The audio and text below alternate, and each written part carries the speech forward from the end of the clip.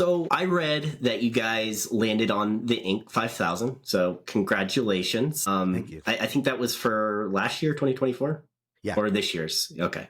So With a, it's so it's is it a trailing 20 year? I don't know. so we won it in 2024, and that was the growth between 2021 through 2023. I guess that's Yeah, how it's it like a works. 3 year snapshot, right? And you had a huge amount of growth, correct?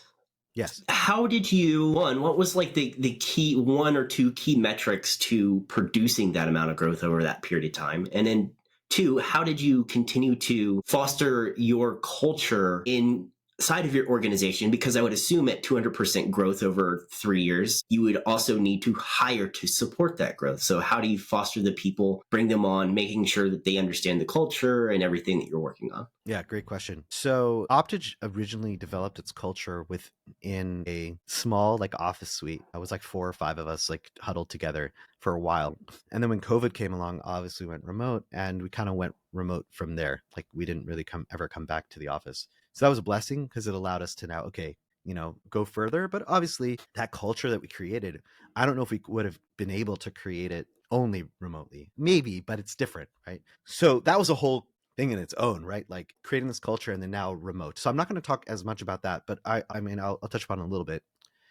So I got to a point where I was working really crazy hours and really, really hard and maybe too hard. And it was just too much for me. And I knew that I needed help, but sometimes you don't know how to ask for help or what to do. But like you're having like your loved ones around you, like, man, you can't continue like this. It's not going to work. So there was a social media network called Clubhouse. I don't know if you ever were part of it, but Clubhouse was audio only. So during COVID, what was so cool, we're all stuck in our houses. And think of it as like it's a social network where there were rooms. You could come in and you could have a chat and conversation with many other people there. It was really cool. This was like a chat room, but an audio chat room. So my friend used to run one of these, and every Friday he'd get different marketers to come together to help each other out with jobs. I came to like speak in one of these rooms, and in walked in this lady, Leia Leaves, and she's like, "Hey everyone, I'm a fractional COO for digital marketing agencies." And I was like, "What? I didn't even know that existed. That's so cool."